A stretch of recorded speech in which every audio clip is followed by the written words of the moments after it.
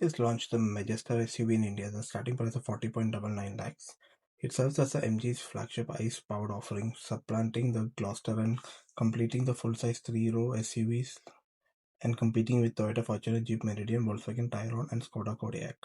While it retains the Gloster's ladder frame underpinning, its styling it's a major rework. Upfront, it sports Morris garage lettering, a more menacing split headlight setup comprising slim LED DRLs and vertically oriented main units, larger grille housing a vertical LED strips and tougher looking bumper with segmented skid plates.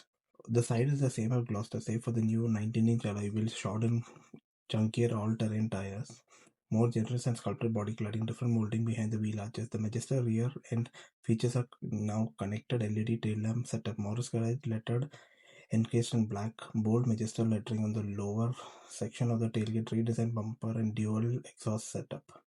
Though the previous version had a quad exhaust setup. The interior gets an all-new black finish and redesigned dashboard layout, new AC vents, updated central console and grab rail on co-driver side. It has a 7-seat layout with second row bench, 6-seat layout with second row captain seat, which slide, recline and have individual armrests. Boot space is 344 liters, all folded up and expandable up to 1350 liters by folding the third row seats.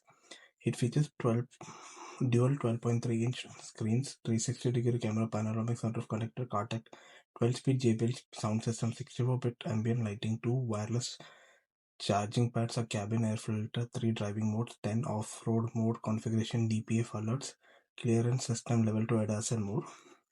Under the bonnet, you get the same Gloster 2.0-liter twin-turbo diesel engine making 215 bhp of power.